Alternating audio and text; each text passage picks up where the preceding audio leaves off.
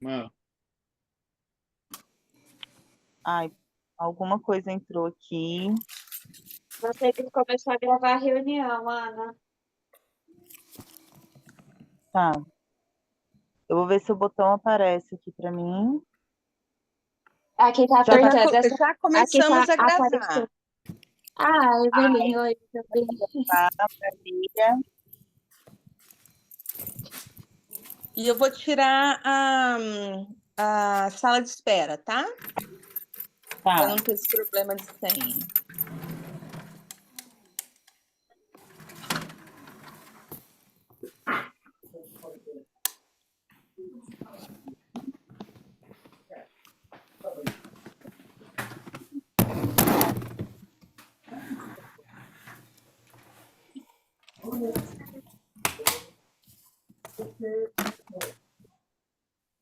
aí no caso é o seguinte.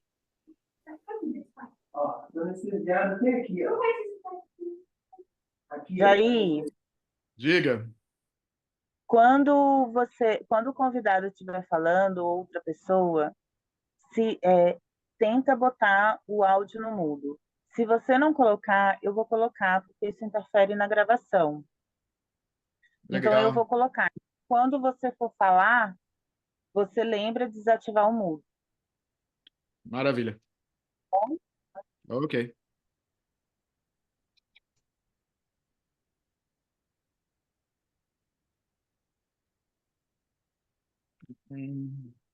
Você conseguiu falar com o doutor? Consegui mais cedo. Ok. A gente não tá com sala de espera, tá? Era para estar funcionando o link normal, só clicar nele e entrar. Pois é, o meu aconteceu isso. Eu cliquei no link e entrei. Uhum. Jaque, Ana, a vou. Jaque,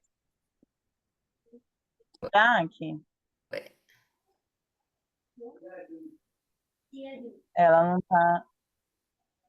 Oi, Oi, gente. Jaque, Ai, na hora que eu entrei, deu um treco aqui. tudo bem? Eu sugiro, para que a gente já comece no horário, se você e o Jair começarem a falar, começar a apresentar, pode ser? Quando o doutor chegar, a gente continua. Maravilha. Tá. Eu preciso só de mais um minutinho, porque eu anotei uma coisa aqui Tá, e preciso achar. Ana Paula, vou colocar você de anfitriã e vou sair, tá? tá bom. Beijo, boa Ah, noite. contigo, Beijo. né? Oi? Continua gravando Fez uma. contigo, né? Mesmo se você sair, Isso, ou tá eu... na nuvem. Tá na nuvem, já tá gravando. Depois a gente só vai ter que cortar esse início, tá? Beijo, boa noite. Beijo. Ah, não.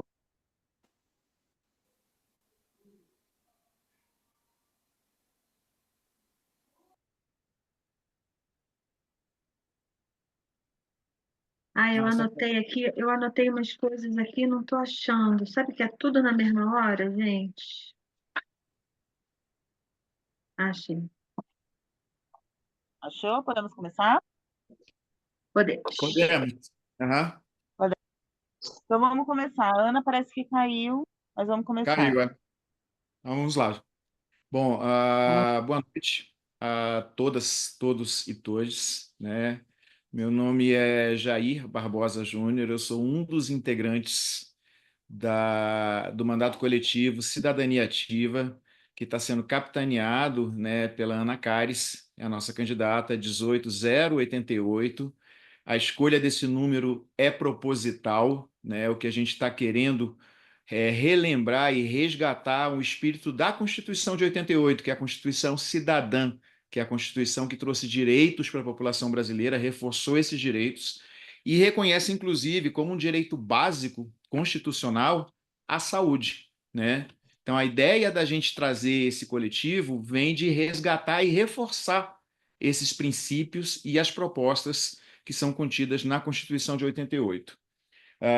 Essa está sendo realizada a última live, né, do nosso mandato, né, há 3 dias da eleição. Então, é um momento da gente trazer uma série de reflexões sobre uma questão crucial para o nosso município, que é a saúde. né? Essa nossa live ela é intitulada Saúde Integrativa, um modelo para o SUS municipal, né? A ideia é que a gente, enquanto mandato coletivo, enquanto a candidatura a uma vaga na Câmara de Vereadores, a gente possa estar trazendo propostas e reforçando para que o nosso município tenha uma abordagem de saúde que integre, seja integrativa, no sentido em que assim, a gente não vai só tratar a doença, e daí a gente faz uma referência à própria definição que a Organização Mundial de Saúde traz de doença, que foi de saúde, desculpa, que foi colocada em 1947, que diz o seguinte: saúde é um estado de completo bem-estar físico, mental e social, né? E não apenas a ausência de enfermidades ou doenças. Então, assim, a gente começar a ter uma outra abordagem para tratar a saúde dentro do nosso município, porque a gente sabe, inclusive, né, todo o potencial que Alto Paraíso, enquanto município, tem para estar numa vanguarda desse movimento de uma saúde mais ampla, de uma saúde que leve em consideração, mais humanizada e que leve em consideração, né, o indivíduo como um todo. E daí a gente traz isso, a gente não está aqui só para propor alguns projetos de tratar doenças, mas a gente de promover saúde, né? Eu acho que a abordagem que a gente propõe aqui ela é diferenciada. Então, eu quero agradecer a cada uma, né? Temos as integrantes aqui do nosso mandato, a Jaqueline, a Jordânia e a Ana, pelo trabalho que elas estão fazendo, né? E eu queria aqui passar a palavra para a Jaqueline, que é a nossa co-organizadora dessa live. Boa noite a todos e todas. Então, eu estou compondo o mandato coletivo com a Ana, com a Jordânia, o Jair e o Marcos, e eu trago essa proposta da saúde integrativa, das práticas integrativas e complementares de saúde. Tá? As práticas integrativas e complementares, elas são uma proposta que é ofertada pelo SUS, com 29 práticas integrativas, e as evidências científicas mostram os benefícios que esse tratamento integrado gera junto com a medicina tradicional, né? A biomedicina convencional. Então, a proposta é a gente falar um pouco sobre isso, falar que existem várias formas de racionalizar cuidado e saúde, e as práticas integrativas estão aí para ofertar um tratamento humanizado que aborda e recebe o ser humano em toda a sua integralidade, complexidade, sua inserção sociocultural, e é um prazer estar aqui e poder discutir sobre isso. Isso, com certeza, é uma das nossas bandeiras, que a gente vai atuar muito em direção a essa saúde mais integrada e mais humanizada.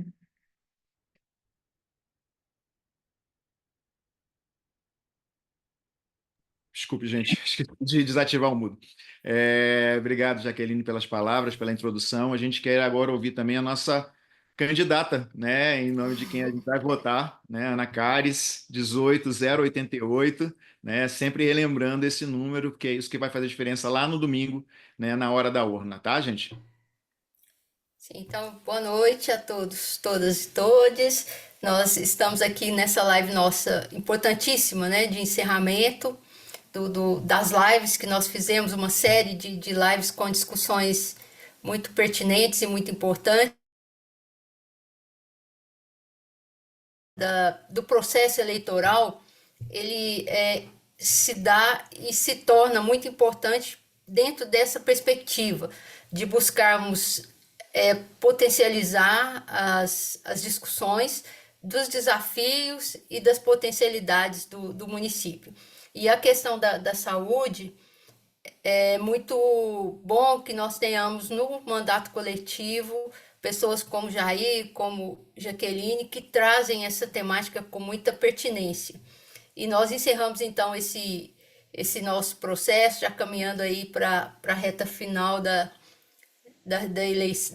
campanha, né, para as eleições no próximo domingo, com um tema bastante provocativo, dentro de uma conjuntura municipal que nós sabemos que traz grandes problemas, né, nessa área de atendimento, e é importante nós nos colocarmos como mandato coletivo Cidadania Ativa, na perspectiva de, na Câmara Municipal, tratarmos desse tema com pessoas que têm, né, tanto conhecimento e já uma história, né, e uma tradição no caminhar, né, das práticas integrativas, e que são realmente, nós podemos considerar que Alto Paraíso tem um futuro nesse caminhar, né, nesse caminhar. E então é muito bom estar aqui com vocês, né? Nós estamos muito otimistas e estaremos, se for desejo de uma parcela da comunidade, nós estaremos todos nos próximos 4 anos aí firmes e fortes nesse tema, né, da saúde integrativa. Obrigada, Jair, obrigada a todos. Obrigado, Ana, pelas palavras. Queria passar a palavra também para a Jordânia, que ela possa se apresentar. Olá, boa noite a todas e a todos. Obrigada pelo espaço. Me chamo Jordânia, também sou uma integrante do Cidadania Ativa. Luto pelo direito das mulheres, o combate à violência doméstica, igualdade de gênero. Luto também pela justiça do maternar, do criar os nossos filhos, do afeto. E somo com esse coletivo para criar políticas que respeite o nosso direito, que é constitucional, direito à moradia, à alimentação, à segurança, à saúde, ao transporte. Então, esse 18088 vem com muita força nessas eleições para realmente gerar um impulso de transformação que Alto Paraíso necessita. Então, com essa galera, somando com essa força, e convido também a comunidade a somar com a gente, além do seu voto, claro, a sua participação junto com Cidadania Ativa para gerar toda a transformação e cobrar e apoiar os projetos que necessitam no nosso município. Agradeço o espaço e boa live para todos. Obrigado, Jordânia. Ana, você quer se apresentar também, Ana Paula?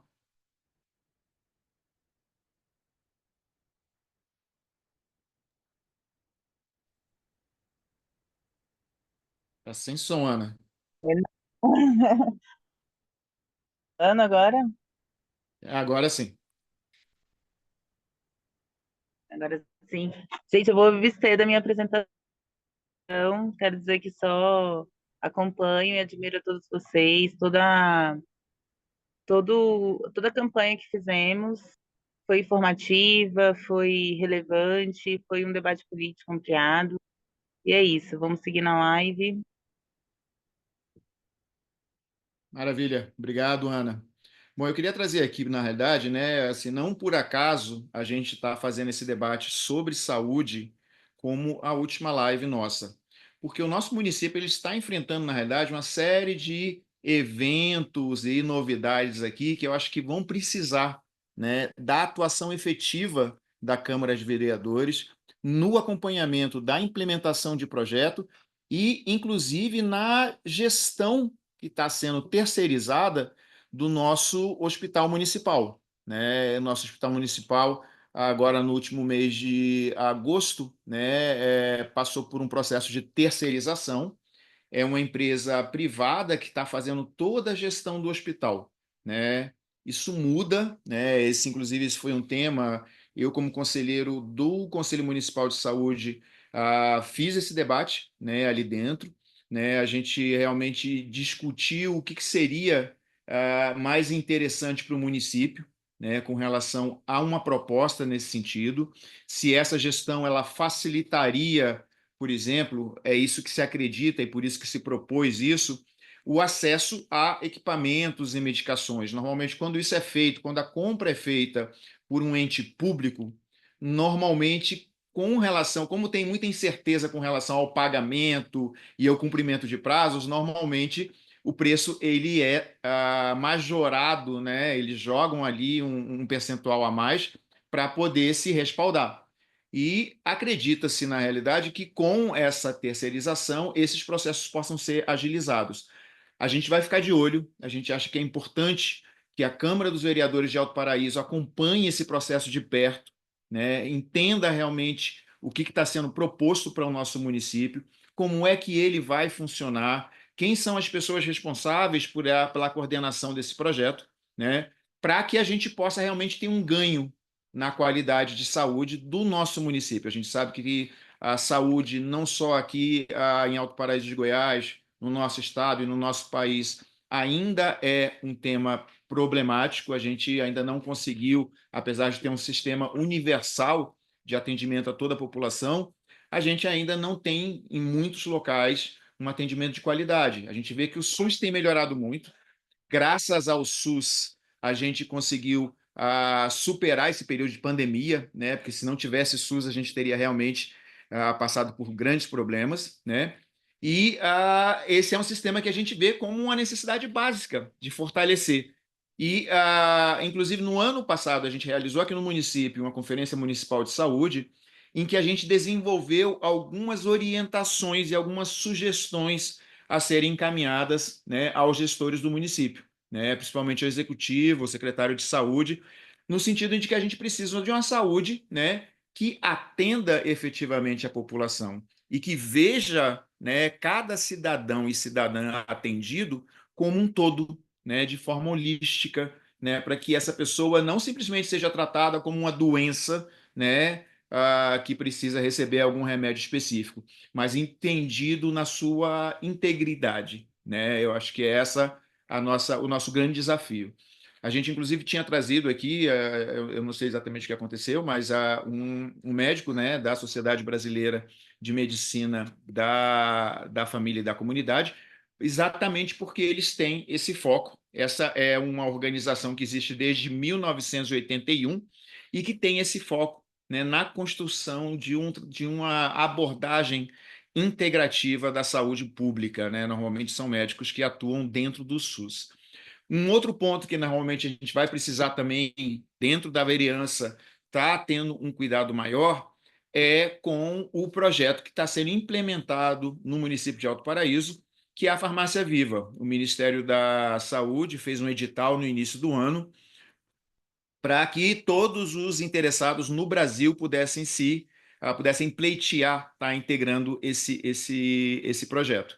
Somente 6 projetos de 3 de secretarias estaduais de saúde e 3 secretarias municipais foram contempladas. Uma delas é a Secretaria Municipal de Saúde de Alto Paraíso de Goiás. Então, a gente tem a possibilidade de desenvolver um projeto muito importante, inclusive modelo, referência para a nossa região, né? E a gente quer buscar fazer esse trabalho, né, esse acompanhamento, para que a gente tenha realmente uma ideia de todo o potencial que a gente pode desenvolver a partir disso, né? A gente acredita que uma farmácia viva, ela traz uma possibilidade de autonomia farmacêutica, no sentido em que são remédios feitos de plantas, né? Então, assim, a fitoterapia é uma prática integrativa e complementar, né, prevista pelo Ministério da Saúde. Então, a gente quer fortalecer esse viés dentro da saúde do município. Então, assim, a gente está buscando a realizar esse trabalho, que seja acompanhado pelo legislativo, que tem essa atribuição de estar fiscalizando as políticas públicas, né? É um projeto que vai trazer para o município quase de reais, desculpa, R$ 1 milhão, né? E que vai ajudar, né? Eu acho, inclusive, a diversificar, né? A gente vai ter um laboratório, vai ter farmacêuticos trabalhando, enfim, o nosso plantel de profissionais de saúde. Bom, eu queria passar aqui a palavra à Jaqueline, aqui, a nossa especialista terapeuta nas PICs, para que ela pudesse um pouco falar para a gente, né, da importância, né, dessas práticas complementares, até porque a gente vê assim, ainda não são práticas tidas no mesmo patamar que essa medicina tradicional, mas que na nossa avaliação e no nosso entender, elas são tão importantes quanto, né, porque elas, mais do que além de tratarem doenças, elas promovem saúde, né? Então, eu acho que nesse sentido a gente está indo na orientação, inclusive, que foram feitas pela Conferência Municipal de Saúde. Jaque, a palavra é sua. Então, só para continuar aqui um pouco a questão da importância da farmácia viva, né? A farmácia viva, ela contempla toda a cadeia produtiva, desde da semente, do plantio, até a retirada da planta, secar, guardar, e manufaturar até a saída do remédio, né? Até você ter um remédio pronto, né? O remédio fitoterápico. Então, isso é muito importante porque é, essa farmácia viva ela atua com as plantas do local, em saúde primária, com o que a região tem de problemas. Então, é muito importante porque a farmácia viva também ela pode ser uma precursora de no futuro poder se produzir a medicina canábica, né, Jair? Então, no futuro, o SUS ele tem essa função de democratizar a distribuição, de superar as desigualdades, de oportunizar o acesso. Então, a gente já tem muitos pacientes usando a medicina canábica e a gente tem essa lacuna legislativa, que é a produção, né? Mudar a perspectiva da maconha como uma planta proscrita para uma planta que tem um poder fitoterápico gigantesco, que atua em diversas patologias. Então, isso seria muito importante da gente falar, e as práticas integrativas estão aí para ajudar a gente nesse processo de tratar de forma mais humanizada e integrada em saúde primária todos esses pacientes do SUS, né? São 29 práticas que são ofertadas, cada vez aparecem outras práticas entrando, há pouco tempo entrou musicoterapia, arte-terapia, tem também dança circular, fora as mais procuradas, né? Que é a fitoterapia, a acupuntura, a auriculoterapia, a meditação, reiki, yoga. Então, é uma gama de formas de racionalizar a saúde diferente, que está diferente da medicina biomédica convencional. E um dos desafios grandes é justamente a convivência com esse sistema, né? É a convivência com uma cultura de hipermedicação, é a convivência com as demandas ambientais, de gênero, de raça. E um grande desafio, e a coisa mais importante, é a gente casar, é a gente fazer um intercâmbio com com os saberes locais, com os saberes tradicionais. Então, é uma forma também de investir nesses saberes. E a farmácia viva também vem trazendo isso. É mais do que você manufaturar um fitoterápico, é como você se relaciona com a terra, como você se relaciona com a planta, com a água, com a semente. Então, isso tudo tem um impacto cultural muito grande na nossa comunidade, né? E Alto Paraíso tem uma potência enorme. Uma das maiores riquezas de Alto Paraíso, além da sua riqueza natural, das suas águas, é a sua capacidade terapêutica, né? Não é à toa que a gente tem aqui uma gama de pessoas do mundo inteiro e a gente tem muitos terapeutas. E a gente vê que esse é um turismo que cresce largamente, o turismo de saúde e bem-estar. Então, como o Jair falou sobre a Organização Mundial de Saúde, que é mais do que você não ter doença, você tem bem-estar físico, mental, emocional, espiritual, é integral. É você usar a terra, usar não, você está integrado com a terra e a terra te dá tudo que você precisa.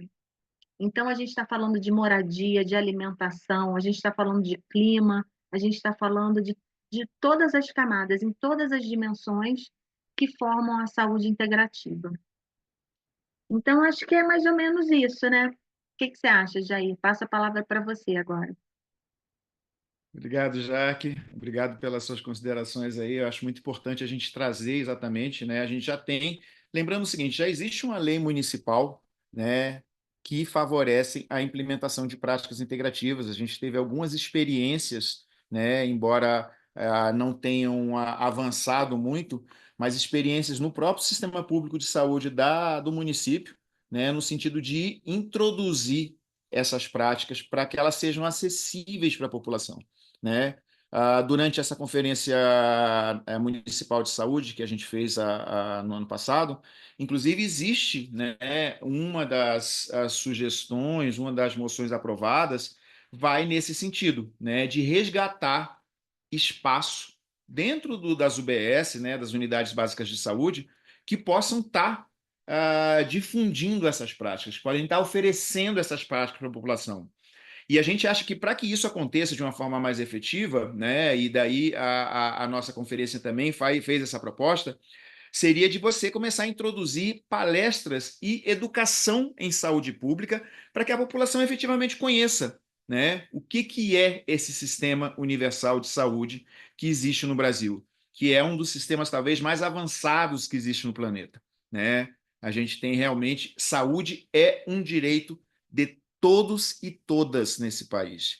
Qualquer cidadão que adentrar um espaço de saúde pública, ele precisa ser atendido, é um direito que ele tem, né? E nesse sentido a gente reforça esse direito, né? E cobra das autoridades que ele seja de fato implementado. E daí só lembrando na realidade, porque assim, para além dessa quando a Jaqueline ela traz esse debate sobre a cannabis terapêutica, e daí eu tenho aqui, eu venho de um espaço específico sobre isso, eu estou presidente de uma associação regional de terapia canábica, que é sediada aqui em Alto Paraíso de Goiás, que chama Arte Cannabis, né? E a gente vem trazendo esse debate para um entendimento do potencial medicinal que tem a planta cannabis sativa, né? Como é que ela é utilizada para tratar as mais diversas enfermidades, né? Então, assim, e como a gente, inclusive, já tem uma lei, existe no estado de Goiás, desde 2023, a lei número 21.940, que foi que existe, que prevê, inclusive, né, que vai haver disponibilização de produtos feitos à base de cannabis sativa, né? Aqui, ó, a lei, né, o caput da lei, ele diz o seguinte: institui a política estadual de fornecimento gratuito de medicamentos fitofármacos e fitoterápicos prescritos à base da planta inteira ou isolada, que contém em sua composição fitocannabinoides como canabidiol, CBD, canabigerol, CBG, o tetrahidrocannabinol, o THC, nas unidades de saúde pública estaduais e privadas conveniadas com o Sistema Único de Saúde. Então, a gente já tem uma normatização nesse sentido, né? E o que a gente busca, na realidade, é democratizar o acesso. A gente sabe que o fato de a gente ainda ter uma planta que é criminalizada, né, isso é um fator que impede e dificulta o acesso na maior parte das pessoas. Existem diversas associações espalhadas pelo Brasil, mas muitas delas ainda atuando em desobediência civil, porque poucas ainda têm o que a gente chama de habeas corpus, que não é uma autorização de plantio nem de produção, é simplesmente uma garantia de que essas entidades não serão, as pessoas, os responsáveis, não serão detidos, não serão presos por estarem desenvolvendo essa atividade. Então, a gente tem muito que avançar, a gente tem participado desses debates nacionais, né, sobre a efetividade e o potencial que temos no Brasil, porque atualmente a nossa política, que já está presente em vários estados, mas a maior parte delas ela se baseia em importação de insumo, né? Sendo que a gente tem aqui no nosso país condições ideais de plantio, de solo, para poder desenvolver, inclusive, genéticas que atendam a nossa população, né? A gente acredita, na realidade, e defende que a gente possa ter isso no nosso país, ainda que inicialmente de uma forma controlada, de uma forma fiscalizada, mas que a gente dê passos adiante para que a gente possa entender melhor, possa ter mais estudos e mais pesquisas em cima dos resultados que são obtidos. E eu falo isso próprio, eu sou um paciente canábico, na realidade, né? Eu consegui me livrar de alopatias para depressão, né? E atualmente o meu tratamento é específico com esse óleo da cannabis medicinal, né? E eu acho que isso pode ajudar muitas outras pessoas. Em muitos casos existem já da justiça reconhecendo, sabe, a efetividade desse remédio, né, para o tratamento das mais diversas doenças. Então, o que a gente vem colocando aqui é essa necessidade de debate, da gente trazer essas situações sem preconceito, né? Se a gente tem resultados concretos que demonstram, né, que essa terapêutica ela é efetiva para muitas enfermidades, né, muitas enfermidades, né, dependendo da dosagem, dependendo do tipo de prescrição, dependendo da genética utilizada, né? E, inclusive, assim, o que a gente defende de uma forma mais integral, né, integrativa nesse sentido, de buscar uma saúde, que a gente possa resgatar, como a Jaqueline colocou aqui, esses saberes tradicionais. E a cannabis sativa, ela se integra dentro desses saberes tradicionais. Ela está no planeta há mais de 10 mil anos, né, utilizada das mais diversas formas, tem usos os mais diversos, medicinais, industriais, né? A gente sabe, né, que muitos países estão realmente, inclusive como os Estados Unidos, que é meio exemplo para a nossa sociedade, lá eles já têm, né, uma utilização já reconhecida, né, da qualidade, utilizada inclusive em bioconstrução, né? Então a gente sabe que a gente realmente tem aí uma planta muito com muitas qualidades, né, muito versátil, né, que pode ser utilizada também, principalmente nessa questão de saúde. E é essa defesa que a gente está trazendo e essa defesa que a gente faz. Né? Porque uma das colocações que a gente traz, na realidade, nesse debate sobre saúde e terapêutica canábica, é que a gente precisa poder conversar com a sociedade sobre isso, né? Trazer esses temas e esclarecer, porque a gente sabe que esse é um discurso, né? Uma colocação que está muito eivada ainda de preconceitos, né? Tem muitas pessoas que discordam porque tem receio, né? Que a presença do THC, que é um psicoativo, né? Ele possa colocar as pessoas no estado de alterado, né? E a gente sempre explica isso. O óleo, ele não tem essa propriedade, né? O óleo é um remédio, né?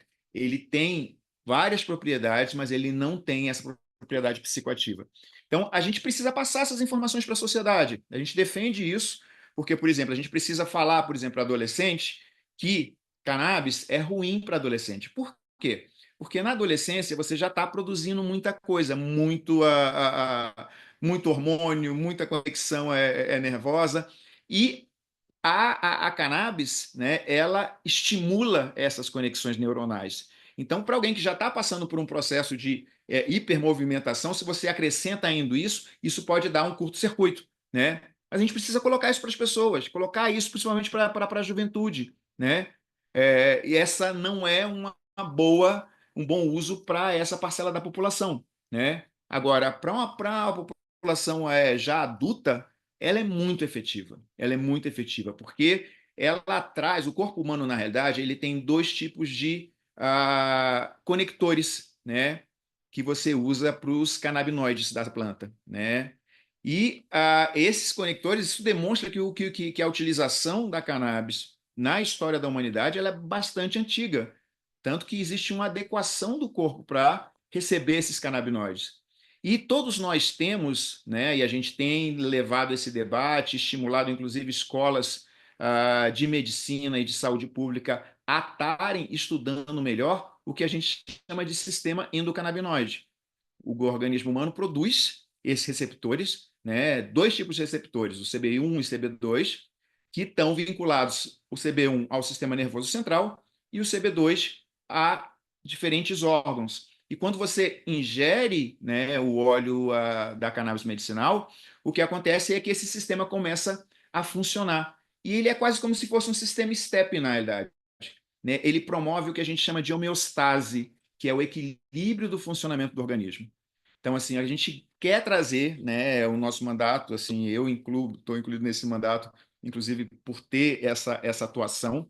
Então, assim, trazer isso para a nossa sociedade. Né? A gente pode estar conseguindo fazer com que as pessoas reconheçam, né, todas essas propriedades, utilizem, né, esses remédios para tratar e tenham, inclusive, autonomia farmacêutica, porque, em última instância, o que a gente defende é que uma planta como a cannabis sativa deveria estar integrando a farmácia viva, né? Porque é uma planta com a qual a gente faz remédio, como diversas outras que existem na natureza. E a questão do resgate, né, desses saberes tradicionais, eu acho que passa muito por essa questão, né? E a entender todo o processo histórico que levou a essa criminalização, e eu acho que entendendo isso a gente consegue inclusive entendendo a necessidade de reverter esse processo. Enfim, sem uma breve explicação, eu queria colocar aqui para vocês sobre essa questão da cannabis terapêutica, né? Muito feliz de poder estar podendo falar sobre isso, né? Com a nossa população, né? Entendendo que a gente não está aqui defendendo a legalização de nada, o que a gente está querendo é uma normatização, ou seja, uma regulamentação do uso medicinal. Até porque a própria lei, né, a própria lei de drogas no país prevê que o Ministério da Saúde tem autonomia para poder regulamentar a utilização medicinal da cannabis sativa, né? Nunca fez isso, porque a lei é de 2006, mas a gente, enquanto sociedade, né, enquanto poder integrante de um poder público, a gente tem a obrigação de fazer com que essas coisas que estão previstas em lei, elas de fato virem uma prática dentro da sociedade, né? Então, esse é um pouco o cenário que a gente tem enfrentado, e daí a gente, a partir dessas várias práticas, inclusive, né, eu acho que quando você fala em PIX, você fala em 29, como a, a, a Jaqueline colocou aqui, né, 29 diferentes práticas, né, que podem estar auxiliando no fortalecimento, na promoção da saúde pública. Eu acho que mais do que tratar de doença, a gente precisa promover saúde, né? Eu acho que essa é o foco, né, que a gente traz quando a gente trata de saúde integrativa. Bom, o nosso convidado, o Rafael Simioli, acabou de entrar. Queria dar as boas-vindas ao Rafael aqui. Ops! Boa noite, Rafael.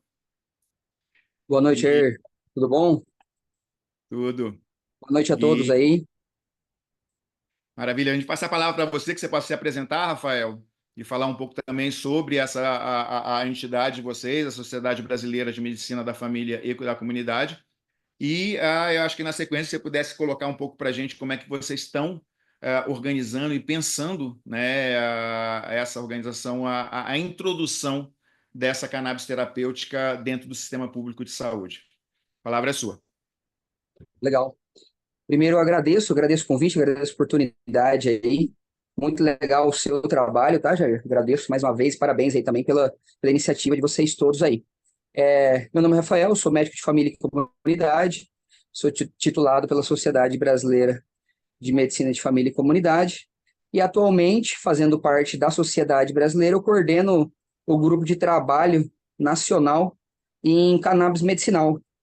Então, somos um grupo aí, atualmente, a gente conta com mais ou menos 400 médicos do Brasil inteiro, que juntos a gente debate questões a respeito da prescrição, dos tratamentos diversos aí, à base de fitocannabinoides, né, que como a gente chama, a gente tem muitos termos para se utilizar, né, um termo um pouco mais técnico que a gente usa, terapia fitocannabinoide, para remeter justamente o uso de canabinoides vindos da planta, né? Não canabinoides sintéticos e nem manipulados aí pela indústria farmacêutica. Tem trabalhado com isso há algum tempo, a gestão atual iniciou em setembro do ano passado, e a partir disso, a partir dessa nova gestão e desse interesse da gente discutir prescrição, terapia e acesso aos remédios à base de cannabis, a gente iniciou a princípio um mapeamento de todas as associações possíveis, né, todas pelo menos que a gente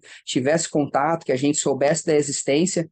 A gente tentou fazer um mapeamento, e estamos fazendo isso, um mapeamento do maior número de associações do Brasil possível, e a fim de criar uma rede de fomento. Então, hoje em dia, o cerne desse projeto, a gente deu o nome de Rede de Fomento ao Associativismo Canábico.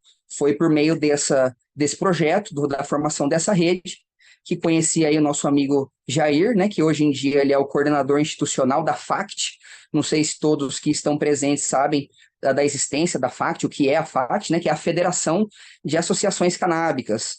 Então, é uma organização muito interessante, porque ela torna coesa, né, a ligação entre as associações, de forma que cria uma rede um pouco mais potente, aí, de forma a adquirir direitos, etc., e lutar pela causa. Então, a FACT ela já faz essa coesão entre as associações, e nós, enquanto membros da Sociedade Brasileira da Comunidade, a gente quer fazer o link entre as associações, que está ganhando uma força e uma coesão pelo país todo, que essas associações elas sejam acessadas pelo público em geral, né? Como é de se esperar, como é sabido, o médico de família e comunidade trabalha sobretudo no SUS. Existem clínicas de família, de serviços privados e etc., mas a formação do médico de família e comunidade é para o grande público, é para as grandes massas, é para o SUS, é para as populações mais periféricas, né? As populações que vivem em algum grau de vulnerabilidade socioeconômica. Esse é o nosso grande público, esse é o nosso maior perfil de pacientes. E aí, por esse motivo, por a gente estar imerso, né, inserido nesse contexto, a gente sabe o quanto é difícil, sobretudo até como era pouco tempo atrás, o difícil acesso às medicações à base de cannabis. Nosso projeto era justamente que os pacientes que são ali o nosso alvo de atuação, que eles tivessem, de alguma forma, acesso à medicação à base de cannabis. E a gente acredita piamente hoje que a grande ferramenta, o grande motor para promover esse acesso, para além da gente tentar fazer esse link entre o paciente que precisa e quem pode fornecer a medicação, quem é o grande motor disso é o associativismo. A gente acredita que hoje é o nosso maior canal, a maior fonte de distribuição acessível, de eventualmente de cunho social, como existem várias associações que promovem ali até dispensa gratuita de medicações a partir da vulnerabilidade dos pacientes. Então, a gente acredita que hoje em dia é o grande caminho, é o grande canal. A gente, hoje em dia, tem projetos relacionados ao autocultivo, né? A gente considera que o autocultivo, ele é a nossa utopia, é o que a gente busca, é o que a gente planeja um dia alcançar, e isso falando, claro, a nível individual, que os pacientes eles têm autonomia e etc., para poder produzir o próprio remédio. Mas a gente sabe que nem todo mundo tem condição de cultivar, nem todo mundo vai ter ali desde uma coordenação motora, conhecimento técnico, cognitivo, para desenvolver as medicações, para produzir a medicação em casa. E é onde entra a farmácia viva. Atualmente a gente está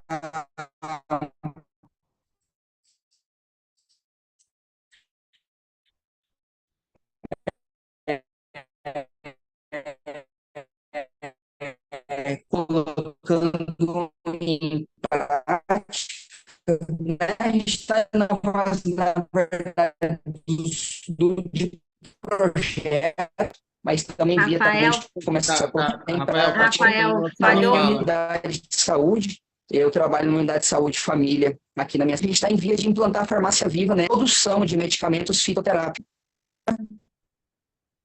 Oi, Rafael, desculpa, deu uma cortada aí nas suas últimas falas aí. Se pudesse nos reatualizar aí. Consegue me ouvir bem agora? Oi? Mais ou Tá menos, né? ouvindo bem agora? Ouve bem agora ou ainda tá ruim? Deixa eu tentar trocar o meu acesso aqui, então. Vou tentar trocar, melhor um pouco. Ok.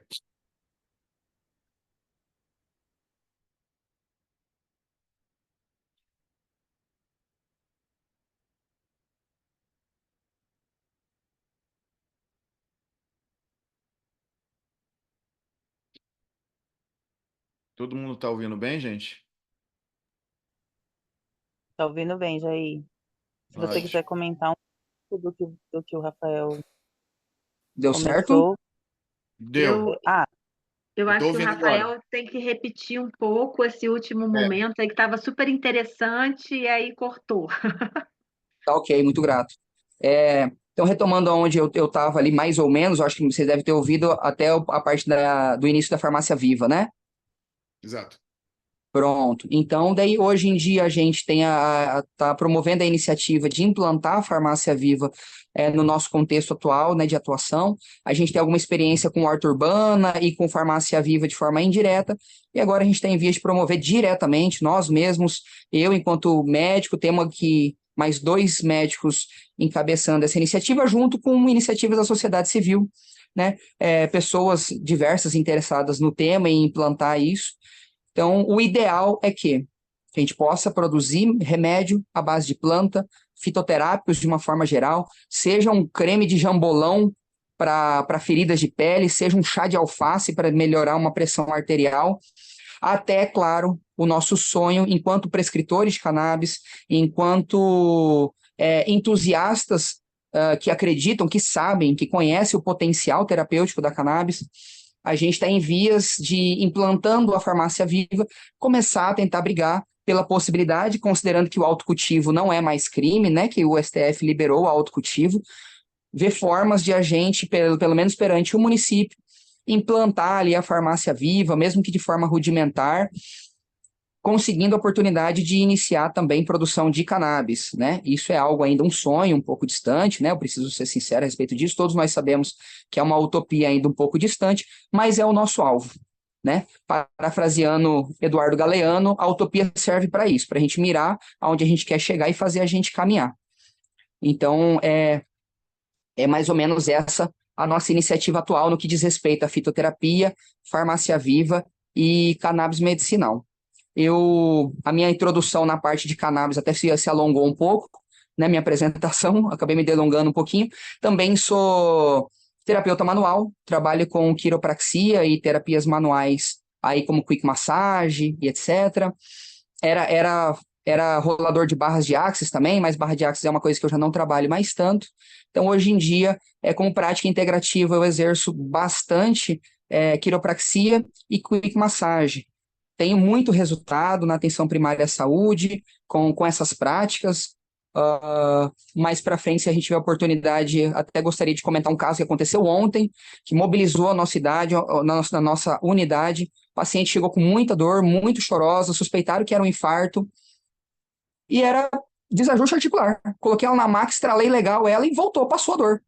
Entende? Que seria um caso que talvez não teria, se ela chegasse uma UPA, teria mobilizado a equipe achando que era infarto, colocar oxigênio, pôr medicação, fazer eletrocardiograma e coisa, e não era nada disso. Ou mesmo que tivesse suspeitado uma dor articular, talvez teria medicado e coisa, injeção, medicações opioides, medicação forte, que fomenta a indústria farmacêutica e é pouco resolutivo. Passa na hora, mas o problema em si não se resolve. Então, como prática integrativa, a quiropraxia ela acessa a raiz do problema, né? Um desajuste articular que gera limitação, que gera muita dor, a gente consegue acessar a causa base, a raiz do problema, e aí, de fato, recuperar a qualidade de vida dos pacientes. E, para além disso, a gente trabalha com acupuntura também. Eu não sou acupunturista de formação, mas temos um curso que foi oferecido pelo município, de uma turma de Florianópolis, que eles fazem essa capacitação por todo o Brasil e que permite daí que a gente faça atendimentos dentro do âmbito da APS. Então, eu não posso ostentar o título de acupunturista, né? É um termo meio difícil de falar aí. Enfim, uma pessoa que pratica acupuntura. Mas a gente tem autorização para exercer essa terapia, essa prática integrativa também dentro da APS. Então, em resumo, essa é a minha prática atual. Agradeço mais uma vez o Jair. A apresentação se delongou um pouquinho, mas esse é o nosso foco atual, prescrever cannabis medicinal, de forma que os pacientes do SUS tenham acesso a isso. Farmácia viva a gente vai implementar, acredito que hoje não vai ter nada que vai nos barrar a respeito disso, e a grande prática integrativa prevista dentro das PICs, para mim a quiropraxia, até mais a acupuntura ela acaba funcionando um pouquinho como um paliativo também, que exerce uma função legal sobre a dor e qualidade de vida, mas pelo menos a partir da minha experiência, da minha prática, a quiropraxia é o que acessa muito a raiz do problema, que resolve o problema, às vezes com uma ou duas sessões você resolve o problema do paciente de forma quase que definitiva. Então é a partir disso que a gente acessa as práticas integrativas e é nisso que a gente acredita atualmente. Jair, gostaria que eu acessasse algum assunto em particular ou posso devolver a palavra para você? Pode sim, assim, eu vou colocar até aqui alguma coisa, a gente vinha colocando, Rafael, anteriormente, falando exatamente sobre isso, né? Sobre a gente tem um projeto aqui no município, eu já comentei com você, né? Sobre farmácia viva, né? A gente teve um edital no início desse ano do Ministério da Saúde, eles selecionaram alguns projetos, 6 projetos em todo o país, né? O único projeto aqui no nosso estado foi o de Alto Paraíso, da Secretaria Municipal de Saúde de Alto Paraíso de Goiás. Então, a gente está implementando, a gente já recebeu o recurso, né, quase R$ 1 milhão, e a gente está implementando esse projeto aqui, né? A gente vinha conversando, o sonho que vocês têm é um sonho pessoal meu também, na realidade, né, que seria a inclusão, da cannabis sativa, né, dentro da farmácia viva, porque até pelo potencial, né, medicinal que ela apresenta, né? A gente sabe que ele é amplo, muito amplo, né? E a gente poderia estar democratizando. Gigantesco e sem precedente. Exatamente, né? O nosso, inclusive, presidente, como citou o Rafael, eu também integro a Federação das Associações de Cannabis Terapêutica, a FACT, do Brasil, cujo presidente é o Siddhartha Ribeiro, né? Que é um neurocientista que todo mundo conhece aí, lançou já vários livros, e ele fala exatamente isso. Ele falava assim: a cannabis medicinal ela está para o século XXI da mesma forma que a penicilina teve para o século XX. Né? É uma revolução em termos de saúde pública.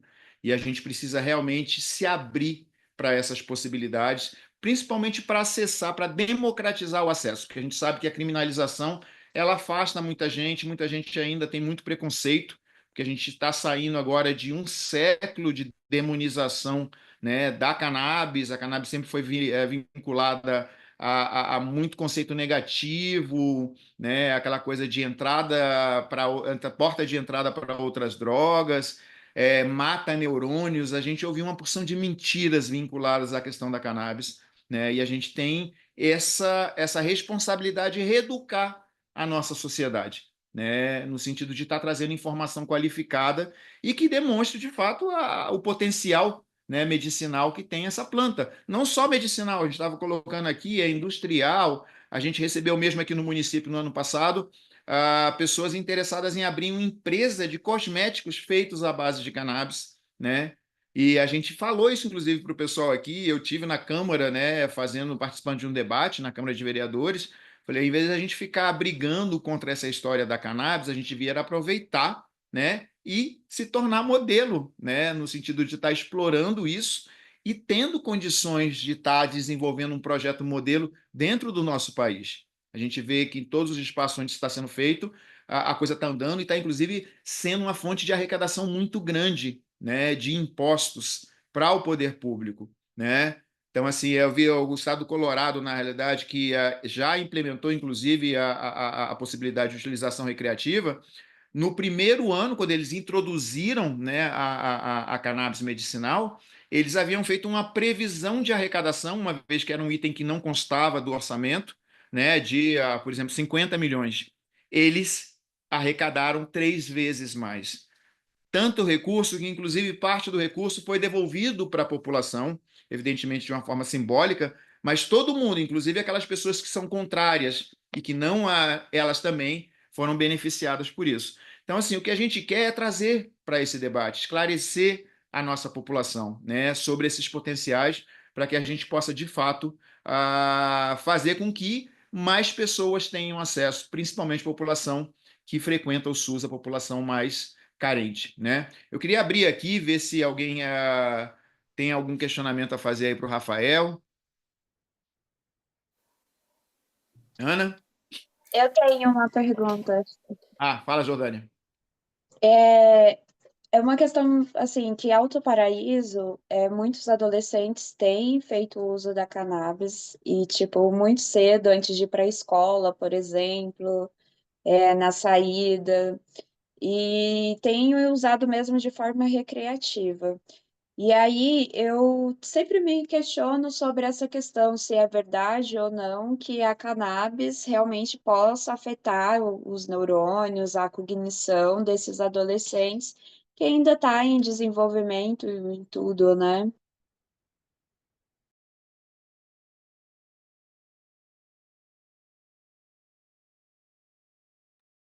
Seria esse o questionamento, né? O impacto que pode causar, de fato, na cognição de jovens, né? De adolescentes.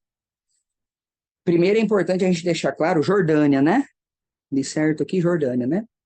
Jordânia, a primeira coisa a gente tem que deixar claro que, enquanto prescritor, enquanto agente de saúde pública, é um consenso que a gente não advoga o uso recreativo para menores de idade em nenhuma hipótese, tá bom? Então a gente não advoga, por quê? Porque é uma droga psicoativa e apesar de ser em larga escala, né, em sim, disparadamente a droga psicoativa mais segura que a gente tem conhecimento, por inúmeros fatores que eu poderia citar, A gente não advoga o uso por adolescentes, é uma droga psicoativa e não existe droga, principalmente as psicoativas, que não possam ter algum efeito colateral.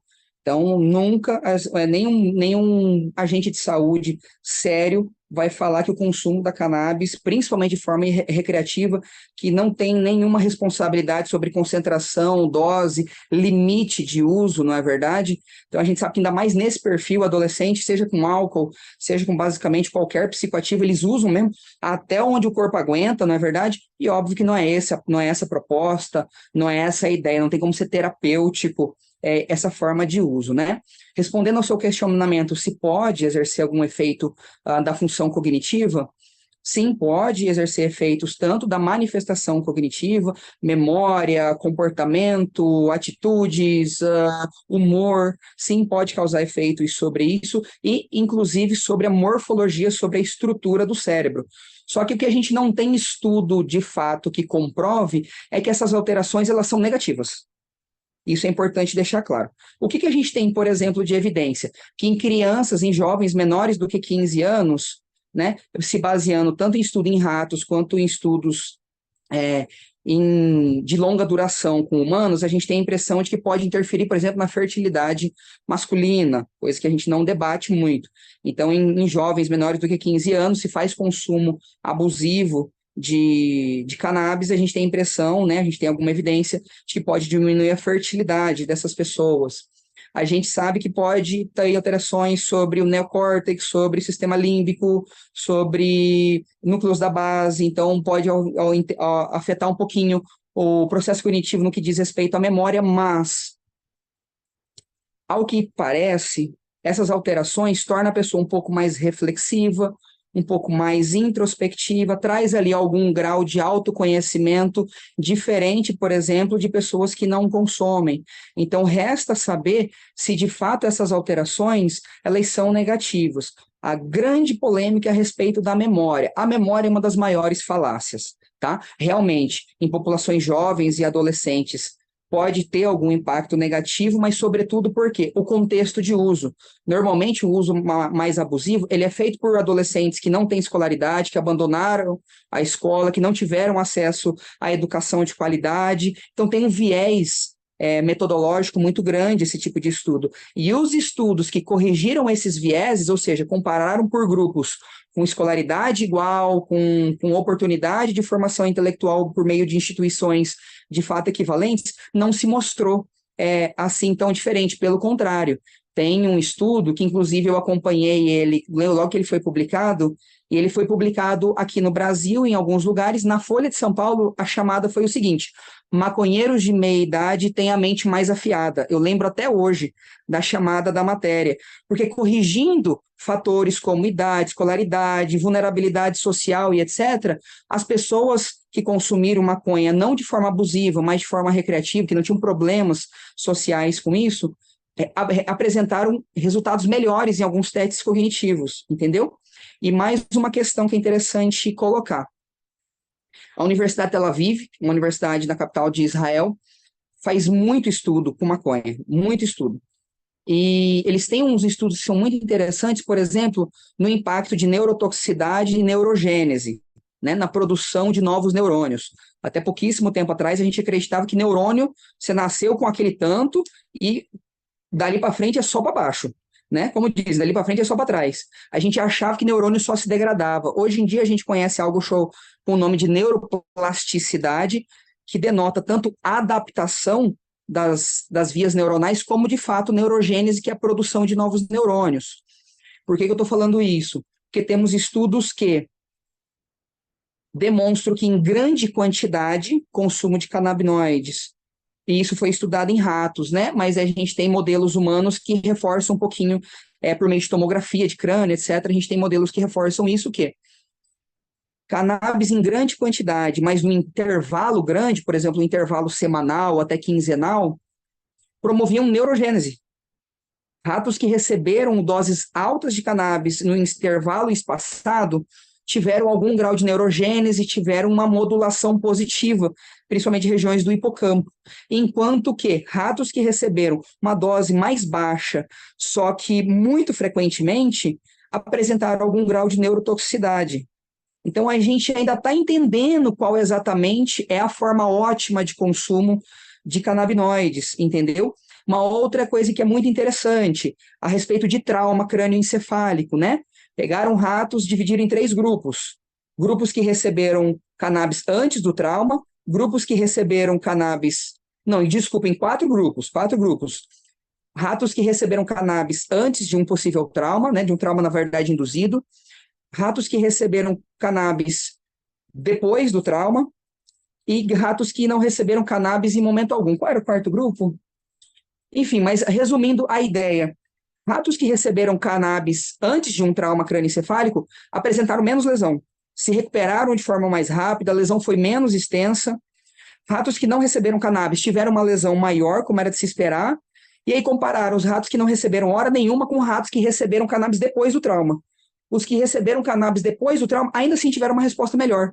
A recuperação neuronal, a produção cognitiva, capacidade de retomada de atividades ali que são esperadas para um ratinho, mais do que quem não recebeu nada. Então, até neuroproteção nesse sentido de impacto mecânico, a gente percebe que pode ter um efeito positivo. Então, assim, é tanta coisa, tanta aplicabilidade, tantas possibilidades de ser minimamente tóxico, mas ter ali um efeito de proteção, um efeito positivo, é muito grande. Mas, em resumo, é muito falaciosa essa coisa de que consumiu cannabis vai ter alguma alteração de comportamento, alguma alteração de memória, e mesmo o uso abusivo. Poderia citar estudos que demonstram, por exemplo, que quem consome cannabis tem melhor capacidade pulmonar do que quem não consome nada, entendeu? Tem uma série de estudos que, assim, são contraintuitivos. O senso comum, e até a gente que é da área da ciência, a gente espera que dê um resultado, e a cannabis vai lá e mostra um resultado diferente do que a gente imaginava, que favorece ainda mais o lado dela. Então, a cannabis é muito boa de puxar a sardinha para a própria brasa, ela sempre demonstra que ela tem um potencial maior do que a gente esperava, entende? E isso diz respeito a síndromes convulsivas, síndrome neurodegenerativa, esclerose múltipla, síndrome de Dravet, mas síndromes raríssimas e muito difíceis de manejar com medicações comuns, com medicação alopática, a cannabis se mostra muito favorável. E só para dar um último ponto, um último detalhe, o grande lance da destruição neuronal, da neurotoxicidade e do prejuízo de memória aconteceu com basicamente 2 estudos que foram muito marcantes. Um na final da década de 80, que pegaram primatas ali, eu não lembro exatamente a espécie de macaco, chimpanzés, lembrei, foi com chimpanzés. Colocaram uma máscara neles e acoplada a um tubo, e aí instilaram por meio dessa máscara enormes quantidades de fumaça de cannabis. Ou seja, asfixiaram os chimpanzés com fumaça de cannabis, né? Isso aí com qualquer pessoa, se asfixiar ela com qualquer fumaça que seja, óbvio que isso vai trazer algum prejuízo. A partir desse estudo, de terem asfixiado os chimpanzés com fumaça várias vezes, uma dose altíssima, muito superior a que um ser humano é capaz de consumir, falaram que, aqui, ó, olha como que mata neurônio, fez mal para os macacos. Mas, gente, metodologia esdrúxula, né? Depois foi refutada inúmeras vezes esse estudo, pela metodologia, pela falta de tato ético. Mas, assim, a forma como foi refutado na ciência em diversas oportunidades nunca foi alardeado, nunca foi exposto na grande mídia, entendeu? O que ficou para todos os efeitos foi esse primeiro estudo, que foi muito ruim em termos metodológicos. E um segundo estudo que demonstrou que podia ter algum efeito em adultos jovens sobre memória, cognição e comportamento, mas foi feito na base de uso muito abusivo. Coisas de, sim, jovens que consumiam de 7 a 10 baseados por dia. E é óbvio que é um uso abusivo, daí já é um uso que vai muito para além do que a gente considera o uso recreativo, né? O uso abusivo começa a já ter impactos na qualidade de vida, é a pessoa que já vive mais em função do consumo da droga, a gente tem que ser sincero, maconha é droga também, tem um potencial terapêutico, parece quase infinito, puxando também, né, como terapeuta da área, preciso também puxar um pouco a sardinha.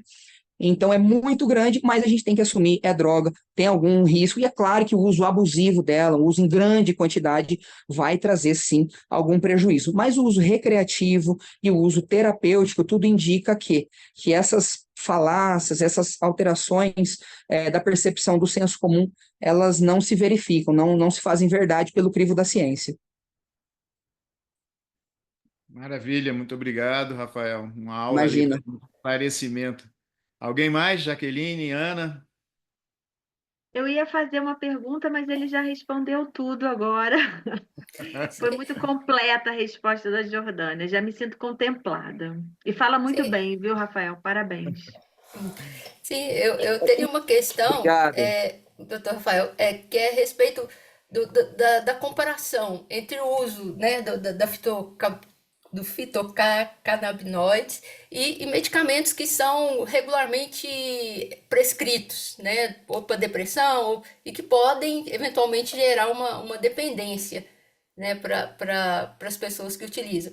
Então, assim, falar um pouco sobre isso, assim, qual é a diferença e a expectativa, né, da legislação permitir, né, que haja, como que está o processo da legislação, né, para liberar o uso da medicinal, né, dos canabinoides. Certo. Você perguntou qual é a diferença, né, Ana? A diferença é colossal. Eu costumo dizer que é incomparável em termos de eficácia e segurança. Porque se fosse só mais eficaz do que as medicações comuns, já seria motivo suficiente para a gente lançar mão, né, dessa medicação. Mas além da terapia fitocannabinoide ser mais eficaz, ela é mais segura. Então, a verdade é que se a gente tivesse um pouquinho de bom senso, se enquanto os legisladores e a classe, né, a categoria médica, e, sei lá, terapeutas que tratam do assunto de uma forma geral, neurocientistas, se a gente tivesse bom senso, a verdade é que, assim, a gente nem teria mais coragem de tratar diversas doenças ainda com medicação alopática, entende? Vou dar um exemplo. Síndromes convulsivas na infância. A gente pega paciente, toma 3, 4 anticonvulsivantes diferentes e continuam convulsionando. Na verdade, pegar alguma síndrome, tipo, eu usei o Dravet como exemplo, mas tem Lennox-Gastaut, tem algumas síndromes que são muito complicadas, de muito difícil manejo, e é um divisor de águas quando você entra com a cannabis. Paciente que toma, às vezes, 4 anticonvulsivantes, toma ali mais 1 ou 2 neurolépticos, que são medicações também que têm muito efeito colateral grave. Paciente da convulsiona, vamos colocar aqui 2, 3, 5 vezes ao dia, tomando ali 4 ou 5 medicações. Entra com a cannabis, paciente que convulsionava 3, 4 vezes por dia, passa a convulsionar 1 vez por semana, logo no início do tratamento. E aí, após isso, instituindo uma terapia mais adequada, etc., ajustando dosagem, questão de 1 mês, boa parte dos pacientes ou se mantém absolutamente resolutivos, né? A medicação se torna absolutamente resolutiva, ou deixa espaçado para 1 vez por mês cada convulsão, 1 vez a cada 2 meses. E o mais interessante, daí a gente pensa, nossa, mas tomava medicação, a cannabis só ajudou. E aí entra a segunda etapa, normalmente, do tratamento, que é começar a retirar as medicações alopáticas. A gente tira um anticonvulsivante de cada vez, vai tirando os neurolépticos, o paciente ele mantém a boa resposta. Então, tudo indica que os neurolépticos eles ajudam muito pouco comparado com a cannabis e, em alguns aspectos, até muito prejudicam, entende? Pacientes que têm alterações de comportamento, paciente que tem TEA, por exemplo, né? Diferentes graus aí de autismo, paciente que tem grandes limitações sociais por conta do autismo, que tem irritabilidade, que tem dificuldade na interação social, que não produz a fala. Com a cannabis melhora tudo isso. E medicação que a gente usa padrão no Brasil chama-se risperidona.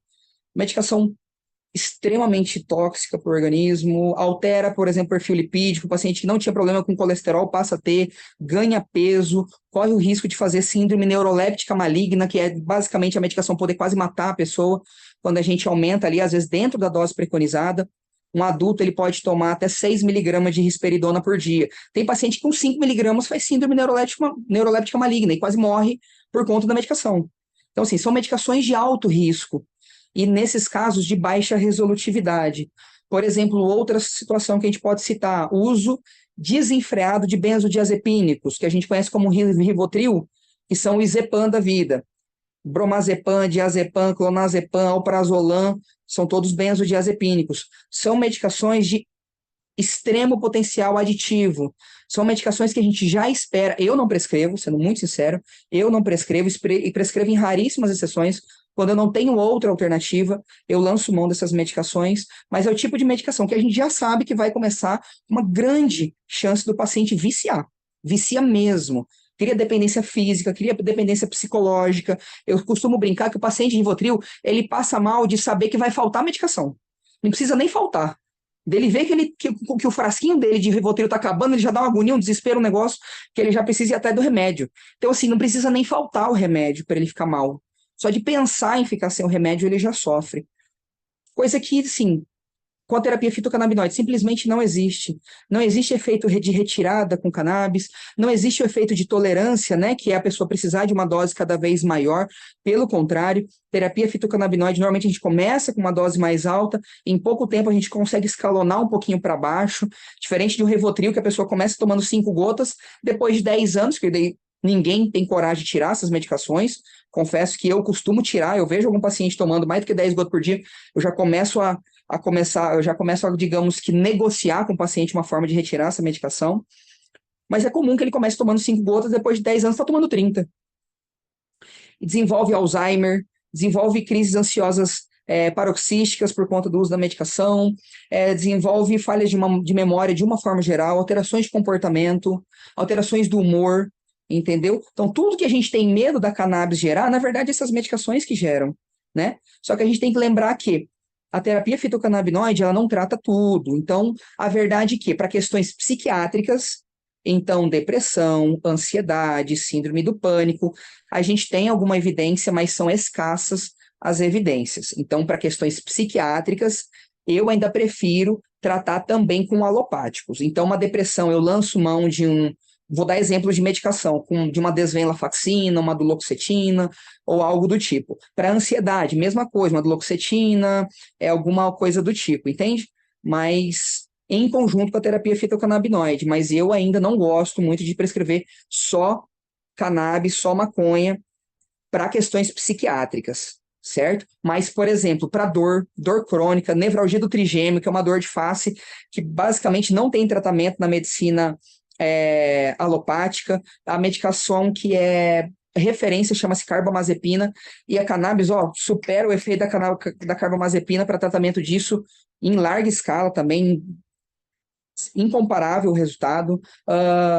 Coisa de dor de coluna, quem aqui, né, dá vontade de brincar, quem não tem dor de coluna, que levante a mão. Pô, todo mundo quase hoje em dia tem dor de coluna, então cannabis também trata muito bem isso. Então, sim, dor, síndromes convulsivas, cefaleia de uma forma geral, insônia, cannabis trata muito bem, fora outras coisas, fora perda de apetite, pacientes graves com degeneração cognitiva, Alzheimer, Parkinson, a cannabis trata muito bem. Só questões psiquiátricas, que daí a gente precisa também ser sincero, na prática, nossa, mas a gente não pode se basear por isso, mas no nível empírico, ela se parece ser, sim, bastante eficaz também, mas a nível científico, a evidência que temos para questões psiquiátricas em particular ainda é escasso. E aí um detalhe que é interessante, que seja de conhecimento público, que grandes concentrações de THC não são bem-vindas em paciente que tem histórico de psicose.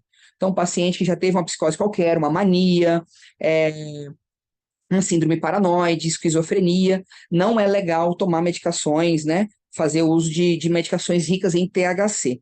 Precisa ser muito baixa a teose de THC ou não conter THC na formulação. É esse o único cuidado também que a gente tem que ter a respeito da terapia fitocannabinoide em pacientes psiquiátricos. De uma forma geral, dá para usar, tem bons efeitos, mas artigo científico a gente ainda tem pouco, a gente tem que produzir mais ciência a respeito.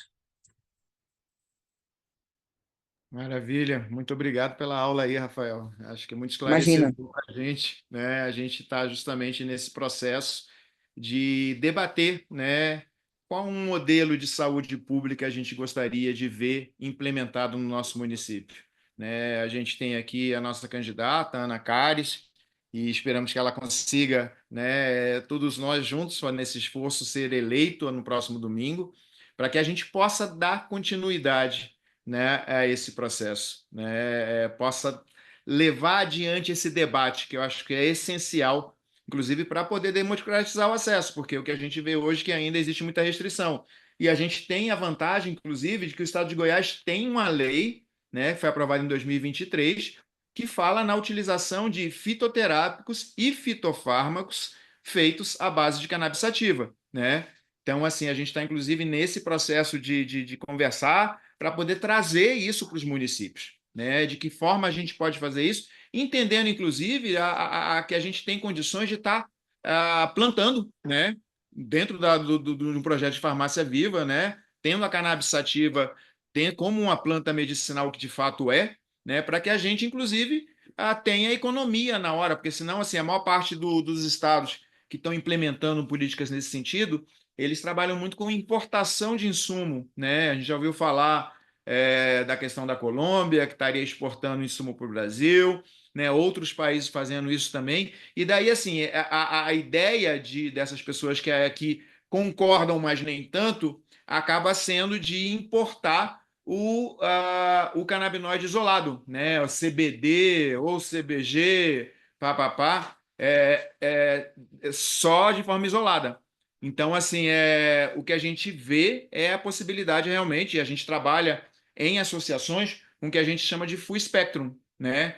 Entendendo que os estudos, inclusive, feitos em Israel, né? Israel tinha o papa da cannabis, que era o professor Rafael Mechoulam, que faleceu no ano passado, né? E eles trazem todo um debate, todo um estudo sobre a questão da cannabis, né? Demonstrando, inclusive, que os canabinoides, quando estão todos presentes, eles são mais eficazes do que isolados, né? Que é um interesse da indústria farmacêutica, que é realmente um outro setor que a gente precisa combater, porque eles querem justamente esvaziar o trabalho das associações com essa argumentação. Então, a gente tem esse desafio para ser colocado aí, e a possibilidade, né? Essa é a minha defesa dentro do nosso coletivo, que a gente tem um projeto modelo em Alto Paraíso com relação a isso, que a gente possa estar realmente dando exemplo, né? Não só para o nosso estado, mas para o Brasil, desse potencial efetivo e de como isso realmente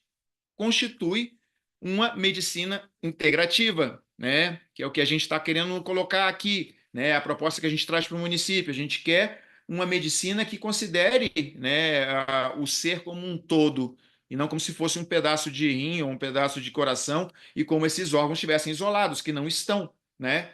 Então, assim, se você trata o problema da alopatia é isso, você começa a tomar um remédio para tratar o estômago, daí você tem que tomar um remédio para tratar do remédio, né? Então, é o que é bem complicado.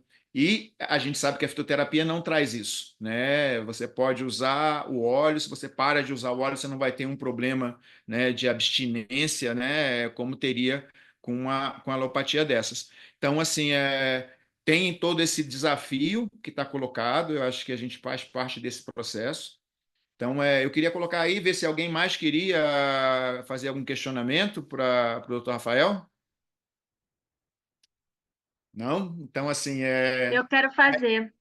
É fala, rapidinho, Zé. só para a gente encerrar.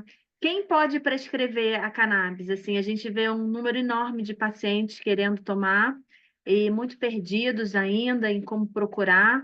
Aqui em Alto Paraíso, todo mundo faz um óleozinho e toma, você não sabe qual é a dosagem, como é que toma, quem toma, e não sabe nem qual é o efeito. Então, eu mesma tenho vários pacientes, assim, que tomam e me perguntam, e eu fico assim, gente, eu não sei se isso está fazendo efeito, se não está.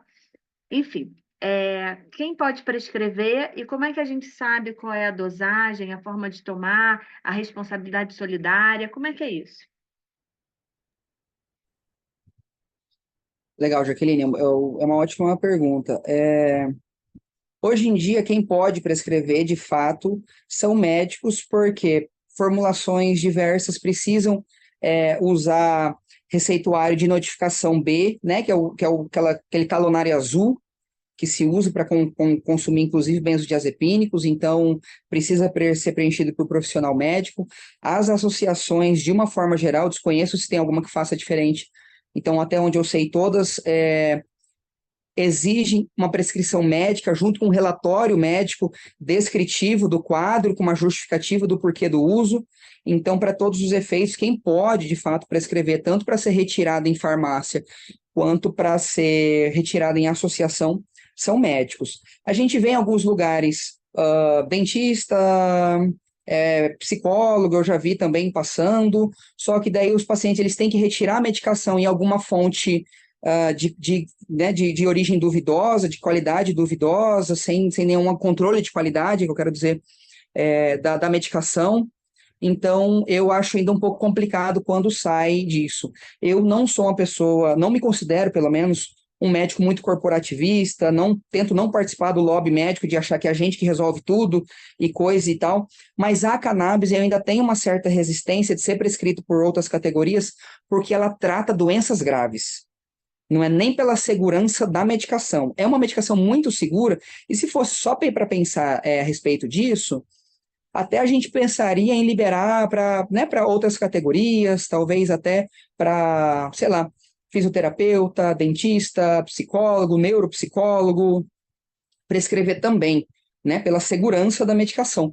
Mas o receio que traz é qual vai ser o limite disso para daí alguém que não maneja de fato fisiopatologia de doenças, etiopatogenia, não sabe direito como a doença surge e, de uma forma geral, como manejar essas doenças, se colocar na posição de querer manejar doenças muito graves e de, assim, né, um vacilo, um erro pode causar um grande impacto na qualidade de vida, pode causar um prejuízo social para a família. Então, é mais essa minha resistência.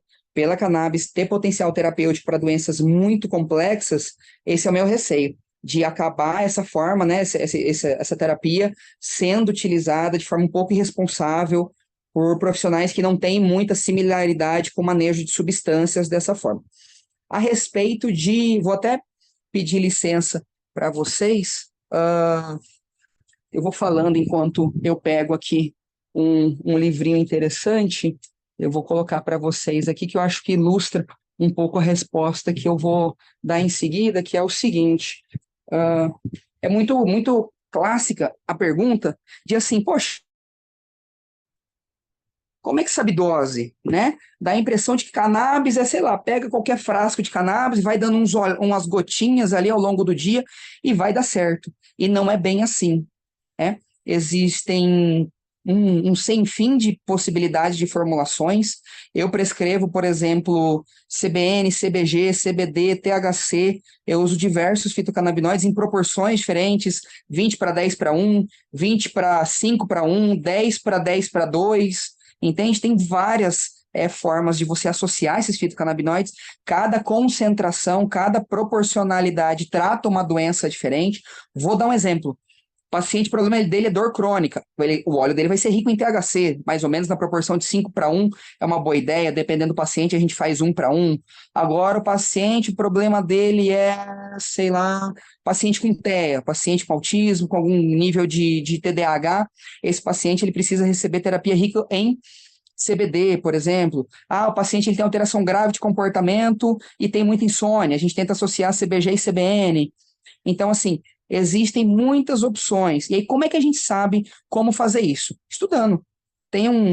Esse livrinho eu recomendo muito, né, para pessoas, de uma forma geral, que são entusiastas, mas tem um vocabulário já mais médico, trata de dosagem específicas, quantos miligramas por quilo por dia que a gente prescreve de cada canabinoide. Então, por exemplo, eu lembro que a primeira vez que eu peguei um paciente grave de autismo, falei, não, eu vou pegar um guia de prescrição para eu tomar uma decisão acertada baseada na ciência.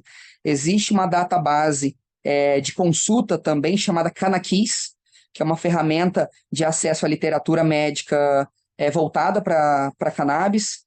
Então, lá é um banco de dados excelente, você escreve a doença que você quer tratar, ele vem bem mastigadinho, quais são os fitocannabinoides ideais, quais são as proporções ideais, também doses específicas, quantos miligramas você deve dar de cada canabinoide por dia para o paciente. E tem um livro que ele é bem recente, que também é sensacional, que trata de assuntos canábicos de uma forma geral, desde a questão histórica e social da cannabis, até, de fato, a aplicabilidade clínica e possíveis efeitos adversos que são quase nulos, né? Mas então a gente tem uma literatura que está crescendo, que dá um embasamento científico para a gente e clínico da aplicação das medicações à base de maconha. Maravilha, muito obrigado pelas indicações aí. Eu que estou na associação tenho muito interesse em estar acompanhando, né? Bom, eu queria que a gente já fosse, na realidade, caminhando para o nosso encerramento, né? Eu queria passar aí a palavra a cada um dos participantes aí, que a gente pudesse dar uma finalizada.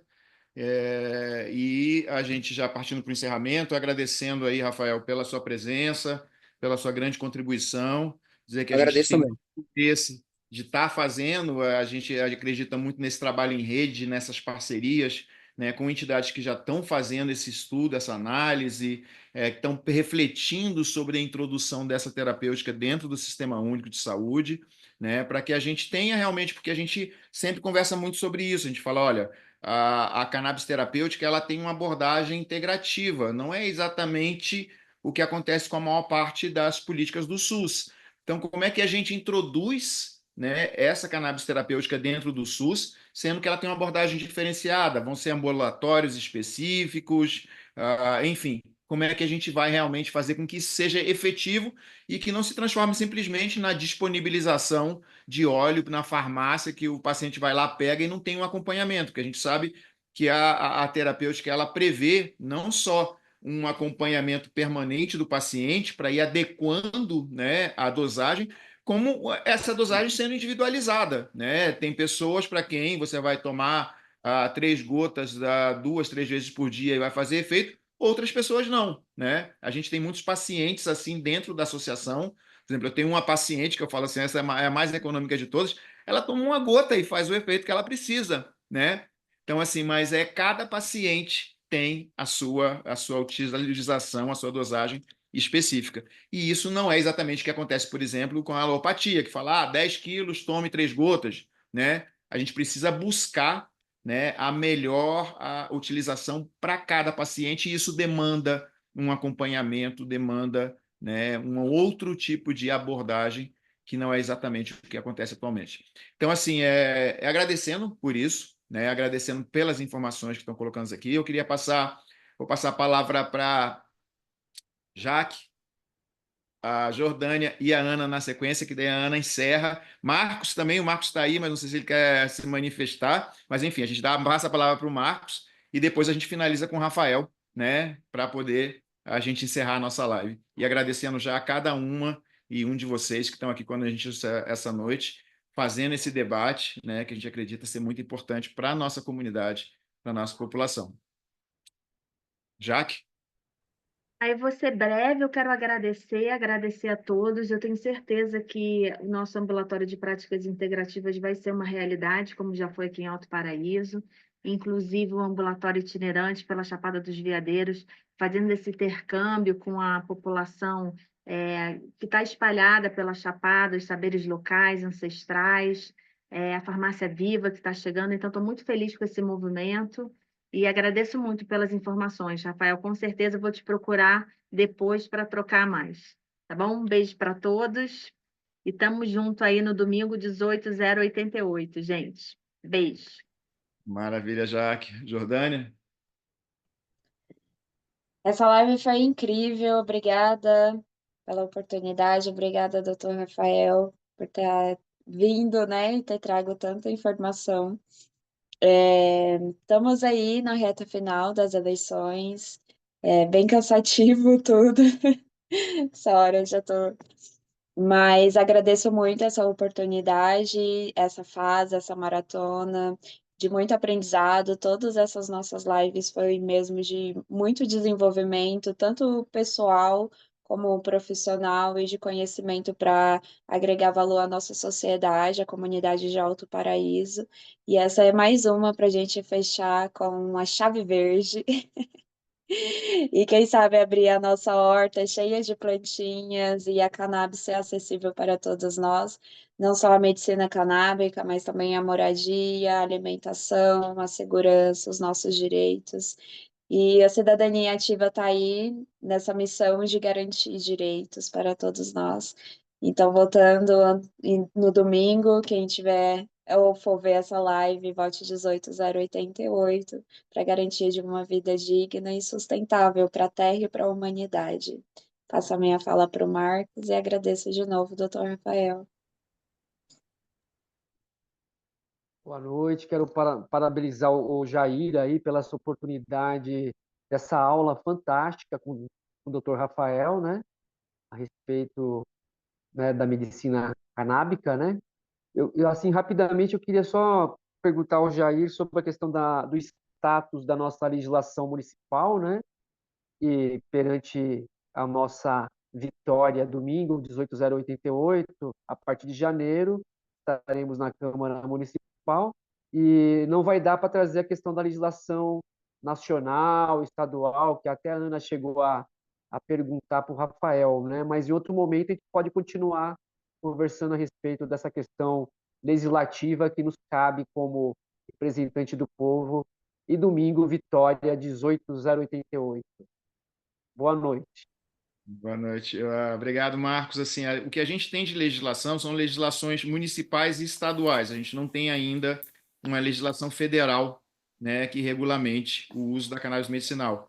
A gente tem até essa perspectiva, né, e essa estratégia, porque a gente sabe que a Lei de Drogas do Brasil ela prevê que a utilização medicinal da cannabis ela pode ser regulamentada, a lei prevê isso pelo Ministério da Saúde.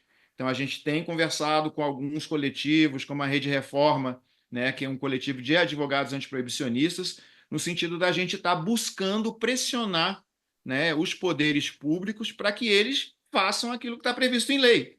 O que a gente quer é que a lei se cumpra, na realidade. E a lei se cumpra em todos os sentidos, né, que a gente traz muito essa coisa da cidadania ativa para reforçar direitos. Somos todos cidadãs e cidadãos, né, então a gente tem que entender o nosso espaço para poder fazer valer, né, esses direitos, né, fazer com que eles de fato aconteçam. Porque, assim, quando a gente fala, inclusive, em uso recreativo, né, existe uso adulto, né, o Estado, ninguém aqui é propriedade do Estado brasileiro, nem de Estado nenhum. Então, até onde vai a possibilidade de intervenção do Estado, né, e até onde a gente tem autonomia, né? Quer dizer, se eu estou fazendo alguma coisa e não estou afetando o direito de outra pessoa nesse meu fazer, né? Que direito tem o Estado de chegar para mim e falar eu não posso fazer isso, né? Então a gente quer trazer esse debate, quer trazer exatamente que tipo de cidadania e que direitos a gente quer de fato exercer, porque ele está escrito na Constituição. Todos nós somos iguais em direitos e obrigações, né? Só que a gente vê que na sociedade ainda não é isso que acontece. Então vamos buscar a efetividade da lei, né, para que os nossos direitos sejam de fato respeitados. Vou passar a palavra para a Ana, então, para ela fazer o encerramento dela. Sim, reiterando aí os agradecimentos e dizendo que quando nós sonhamos esse mandato coletivo Cidadania Ativa, foi com esse propósito de trazer temas, até com certo tabu, mas que a gente tenha coragem de trazer, e essa conversa que demonstra isso e demonstra o que vai ser o nosso mandato na Câmara Municipal de Alto Paraíso, né, a partir de janeiro, dentro de uma perspectiva nossa bastante positiva, né, de que o Cidadania Ativa estará entre os 9 representantes na Câmara Municipal. Então, agradecendo a todos que nos acompanharam nas outras lives também, né, sobre outros temas, e que nós estamos aqui hoje fazendo esse encerramento, mas que não é um encerramento, né, é uma abertura de perspectiva de que no domingo, 6 de outubro, 18.088, nós consigamos a nossa tão almejada vitória para que nós estejamos como tradição em Alto Paraíso, sendo mais um mandato coletivo efetivamente atuante na cidade. Então, muito obrigada, um grande abraço a todos. Vamos convidar vocês para abrir a câmera e a gente fazer uma foto? Já saíram todo mundo? Para a gente ter uma foto de capa. Aí, eu queria passar a última palavra para o Rafael. Rafael, se você puder fazer o seu encerramento também. Sim. Quero agradecer mais uma vez a todos, então, pela oportunidade, pelo espaço, ao Jair pelo convite. Infelizmente, tive que entrar um pouquinho depois, peço até um pouquinho de desculpas por isso, não sei se teve algum prejuízo aí, mas agradeço de qualquer forma. Acho que deu para a gente conversar um pouquinho, deu para tirar algumas dúvidas, né? Então, acho que foi bem legal, agradeço demais por isso. E queria fazer só 2 paráfrases rápidas aqui para a gente encerrar. Tem um documentário brasileiro muito legal chamado Cortina de Fumaça, que ele fala no início que alguns assuntos já geram muita polêmica na nossa sociedade. E a polêmica significa que não há consenso sobre aquele assunto. E a única forma de trazer consenso é por meio do debate. Então, são justamente os assuntos que são tabus na nossa sociedade que a gente tem que promover intensos e incansáveis debates.